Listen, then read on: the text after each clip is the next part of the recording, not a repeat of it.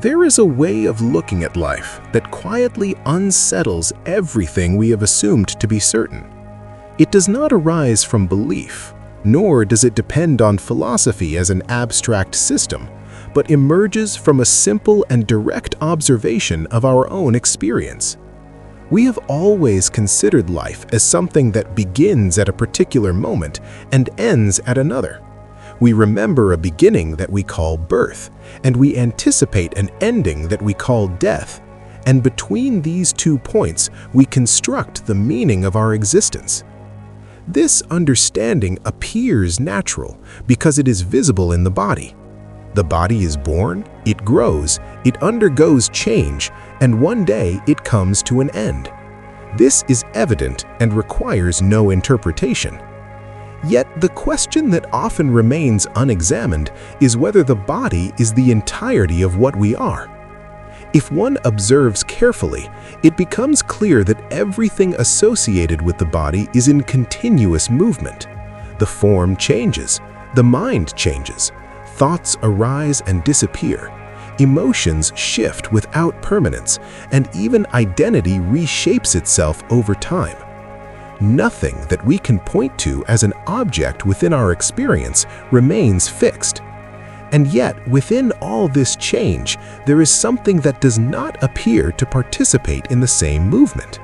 There is an awareness that knows all of this. It knows the body as it was in childhood, and it knows the body as it is now.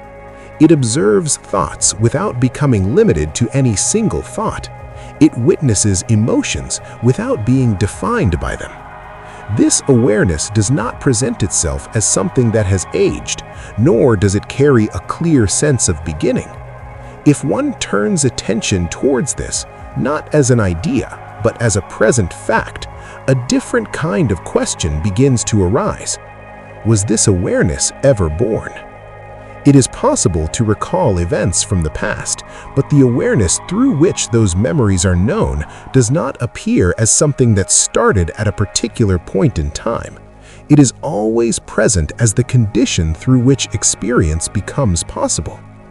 In the same way, when we consider death, we often assume that everything we are will come to an end. But what exactly is it that ends? From a physical perspective, the processes that sustain the body cease, and the body returns to the elements from which it arose. This is clear and observable. But the question of awareness is not as easily resolved.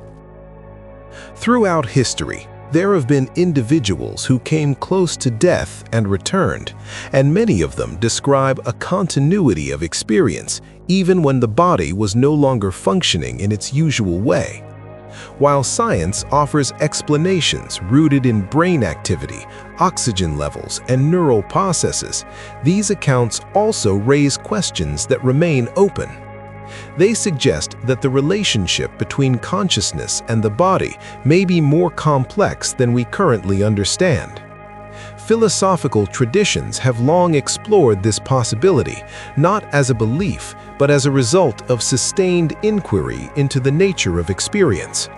They propose that what we call the self is not limited to the physical form, and that awareness itself is not subject to birth and death in the way the body is. This does not require acceptance as a doctrine, it invites examination. Because even now, one can distinguish between what changes and what remains present to that change. Thoughts change, sensations change, perceptions change, but the fact that these are known does not seem to change in the same way. If this is seen clearly, even in a small measure, the idea of being born begins to shift.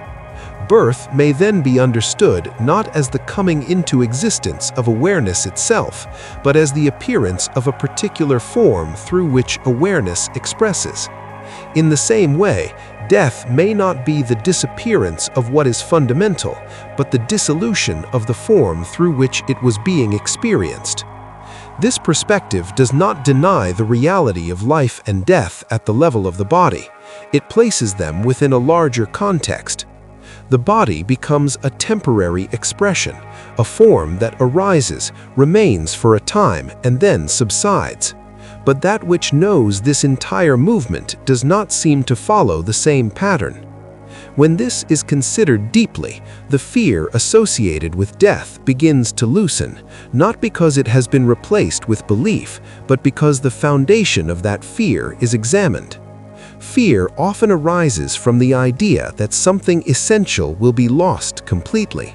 But if what is essential has not come into existence in the way we imagine, then it may not be subject to disappearance in the same way. This does not remove the natural response to the end of the body, nor does it attempt to make death insignificant. It simply changes the way it is understood. Life, then, is no longer confined between two absolute points. It becomes a movement within a larger continuity. The years we live are not diminished by this understanding. They are clarified by it. Because when life is seen as a temporary expression rather than a permanent possession, attention naturally shifts. What we do begins to matter differently. Relationships are seen with greater care. Moments are not postponed, and the need to hold on begins to soften. One begins to live with a certain completeness, not because everything is resolved, but because the urgency created by fear begins to dissolve. The question of death then loses its weight as an unknown threat and becomes part of the same movement as life, something that belongs to the process rather than standing against it. And in this shift, a different kind of freedom becomes possible. Not a freedom from life, but a freedom within it, where one does not wait for certainty about what lies beyond, but lives with clarity in what is present now.